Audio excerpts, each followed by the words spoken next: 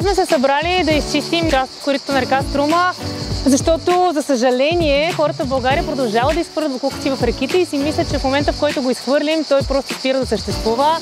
Днеска, може би в рамките на един час сме събрали толкова много боклук, просто не е за вярване. Даже преди малко, когато чистихме, спряхме отстрани. Имаше една костенурка, която в България е застрашен вид. На мен лично ми стана криво да видя, че някакси в природата, където не трябва да има боклуци, тя просто се движеше между поле от пластмасови бутилки, корда и още какви ли не неща, които не има там мястото. За съжаление, ние сме тук, за да почистим, но по-големият проблем е, че този боклук се генерира.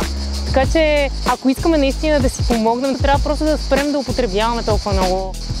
Всеки месец правим срещи на доброволци, така че ако някой иска да стане доброволец към Greenpeace, може да ни намери в интернет пространството на нашата страница и да види кога се случват тези срещи, да заповяда на тях. Вратите на офиса ни са отворени.